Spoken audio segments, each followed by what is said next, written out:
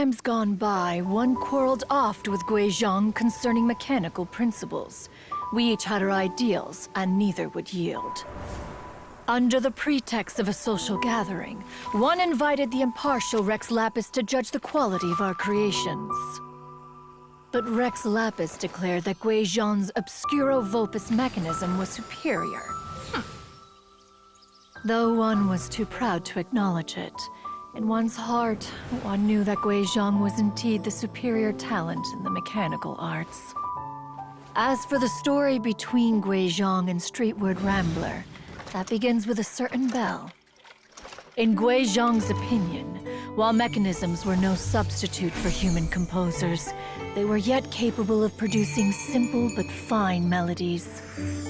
But Streetward Rambler believed music to be an expression of the soul, an emotional enterprise that could never hope to be replicated by machinery.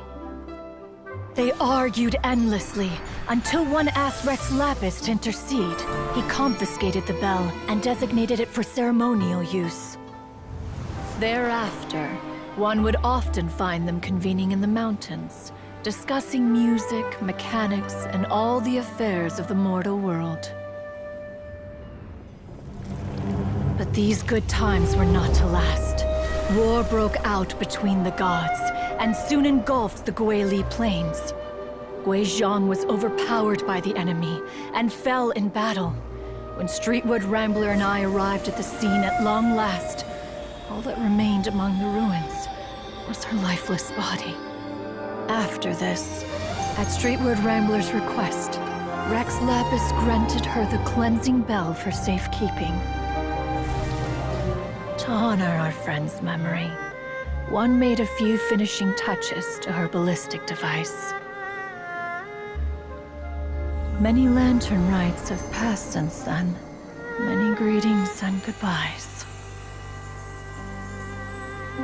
Upon what do you gaze? The Guili Plains? No.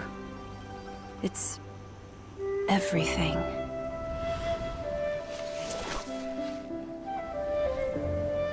We think of human life as like a lantern that's lit one minute and extinguished the next. But are we Adepti so different? Perhaps as dust settles after a storm, we too must one day return to the world below.